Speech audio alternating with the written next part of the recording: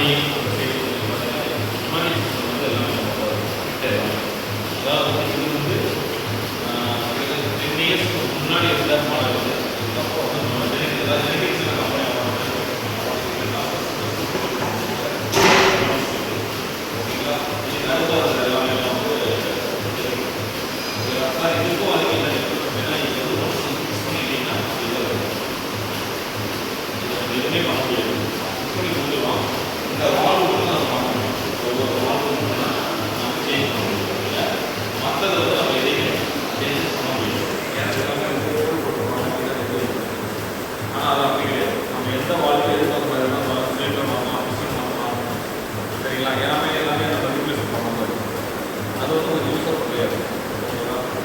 இதுதான் வந்து பேசிக் நியூமேட்டிக்ஸ் and hydraulics. இதில் பார்த்தீங்கன்னா இது வந்து ஹைட்ராலிக்ஸ் நம்ம முன்னாடியே சொல்கிறோம்.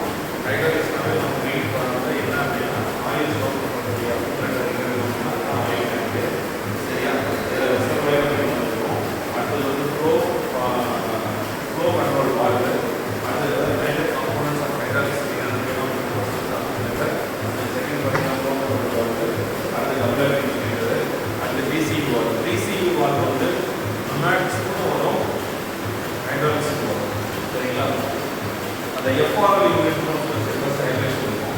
அதுக்கப்புறம் இது வந்து டிசிஇ வால்வு. சார் இந்த டிசிஇ வால்வு இருக்கு அப்படின்னு பார்த்தீங்கன்னா டைரக்ஷனல் கண்ட்ரோல் வால்வு மெயின், சரியா. சார் இது என்ன டைரக்ஷனல் கண்ட்ரோல் வால்வுனா என்ன அப்படின்னா நம்ம ஃபார்வேர்டு இங்கேயே போட்டுருவோம். அதாவது வந்து forward retraction, forward retraction, forward retraction என்ன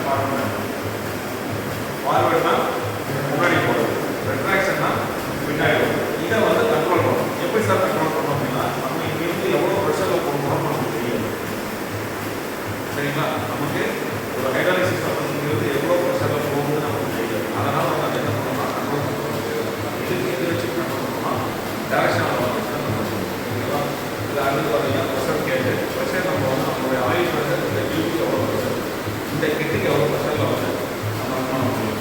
அதனால் நம்ம ப்ரெஷர் பண்ணிக்கலாம். அடுத்து பார்த்தீங்கன்னா காஜ் ஐசோலேட்டர் அப்படின்னா சப்போஸ் ஏதாவது ஐசோலேட் ஆகி ஏதாவது வந்து ஒரு வால்வில் வந்து ஆயில் போகும், இல்லை வால்வில் வந்து ஏதாவது வந்து டேமேஜ் ஆகிற மாதிரி சான்சஸ் இருக்குது அப்படின்னா இந்த ஐசோலேட்டர் அப்படியே ஸ்டாப் பண்ணும், ஓகேங்களா. அடுத்தது பார்த்தீங்க அப்படின்னா இது வந்து பிளாக் செக். அதாவது என்னென்னா சப்போஸ் ஏதாவது பிளாக் வருதுன்னா ஆயில் அது மாதிரி போகும். அதுக்கப்புறம் வந்து நம்ம வந்து ஆயில் போய் எதுவுமே இருக்குது. அடுத்து பார்த்தீங்கன்னா இது வந்து என்ன ஹைப்ரிட் மோட்டார். ஹைப்ரிட் மோட்டார் இருந்துச்சு அப்படின்னா அதில் வந்து யாரும் வெளியில் போயிட்டு போனீங்களா அதெல்லாம் நிற்காம போயிட்டு அந்த மாதிரி இது வந்து ஹைப்ரிட் மோட்டார். நம்ம ஹைப்ரிட் மோட்டார் தேவை, சரிங்களா. நல்லா புரிஞ்சுக்கோ, டிஃப்ரென்ஸ் உங்களுக்கு தெரியும்.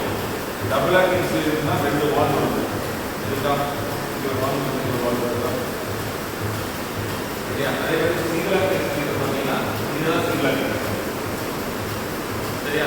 சிங்கிள் ஆக்டிங் இப்போ நம்ம சிஸ்டம் வெளியே இருக்கிறேன் திரும்ப விட்டுனா என்ன ஆகும், கட்டன் போயிடும், சரியா. ஆனால் அதில் பாருங்கள் டபுள் ஆக்டிங் சிலிண்டரில் பாருங்கள் இதே மாதிரி தான் ஒரு hydraulic cylinder, sorry pneumatic cylinder கூட ஹைட்ராலிக் ஆட்டோமேட்டிக் போய் வந்து. ஆனால் டபுள் ஆக்டிங் சிலிண்டரில் நம்ம வந்து அது எல்லாமே சீக்வன்ஸ் ஆப்ரேஷன் அப்படின்னாலே நம்ம வந்து இது ஆட்டோமேட்டிக் ப்ராசஸ், சரியா. இப்போது ஹைட்ராலிக் சிஸ்டத்தில் நம்ம என்ன இது நீ எதையுமே கனெக்ஷன்ஸாக நீ எதுவுமே பண்ண மாட்டோம். ஹைட்ராலிக் சிஸ்டத்தில் ஒன்ஸ் நீ என்னெல்லாம் சொல்லிடே எதுக்கு எமர்ஜென்சி என்ன ஃபார்வேர்டு என்ன ரிட்ராக்ஷன் என்ன, சரியா. இது வந்து எமர்ஜென்சி சுவிட்சு. சப்போஸ் வந்து ஏதாவது வந்து உங்களுக்கு தெரியல அப்போ ரிப்ளேஸ் பண்ண பார்த்தியா, அது எதனால் ஆகிடும் அப்படின்னா ஒரு டைம் லிமிட்டுக்கு மேலே போச்சு அப்படின்னா, ஏன்னா இது எல்லாமே வந்து ஒரு சென்சார், சரிதான். இதுக்குள்ளே இருக்கிறது எல்லாமே ஃபோனில் இப்போ ஆஃப் பண்ணிட்டேன், ஹைட்ராலிக் சிஸ்டம் ஆஃப் பண்ணிட்டேன், ஓகேவா. சுவிட்சையும் ஆஃப் பண்ணிட்டேன். இப்போ நான் வந்து இந்த மிஷின் ஆன் பண்ணணும், இந்த கிட்ட ஆன் பண்ணி பார்ப்போம் அப்படின்னா நான் ஆன் பண்ணுறேன், பண்ணிக்கலாம். இதுக்கப்புறம் நான் என்ன பண்ணுறேன், ஹைட்ராலிக் ஆன் பண்ணுறேன், ஆன் பண்ணிக்கலாம். இப்போ இந்த ஹைட்ராலிக் ஆன் பண்ணதுக்கப்புறம் ஒரு குறிப்பிட்ட டைமில் ஒவ்வொரு என்னாகும் இந்த சென்ஸ், அதாவது இந்த சிஸ்டத்தை வந்து இந்த கிட்ட வந்து ஒரு சென்சார் சென்ஸ் பண்ணும். 1 hour 2 hours கண்டினியூஸ் ஆப்ரேஷன் இருந்தால் ஒரு டேயில் கூட அப்படியே ரன் ஆகிட்டு இருக்கும்.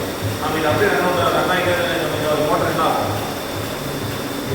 திரும்ப சென்ஸ் பண்ணி அந்த ரீசார்ஜ் சுவிட்ச் போய் ஆஃப் ஆகிடும். அதுதான் இப்போ நடந்தது, சரிங்களா. அந்த ரீசார்ஜ் சுவிட்ச் எல்லாம் உள்ளது நம்ம தெரிஞ்சுக்கணும்னா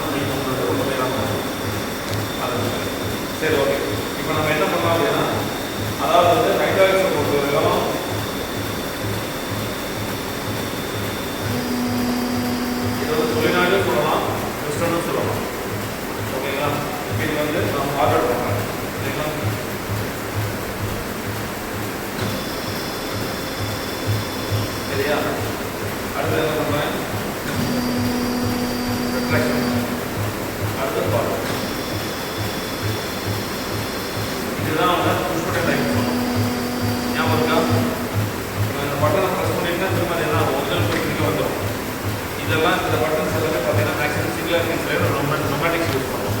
ஹைட்ராலிக்ஸில் 100% டபுள் இன்சுலேட்டர் மட்டும்தான் யூஸ் பண்ணுவோம். சிங்கிள் இன்சுலேட்டர் யூஸ் பண்ண முடியாது. அப்போது ஹைட்ராலிக்ஸ் காம்போனன்ட்ஸ் என்ன? அக்குமுலேட்டரு, டபுள் இன்சுலேட்டரு, டிசி வால்வு, அப்புறம்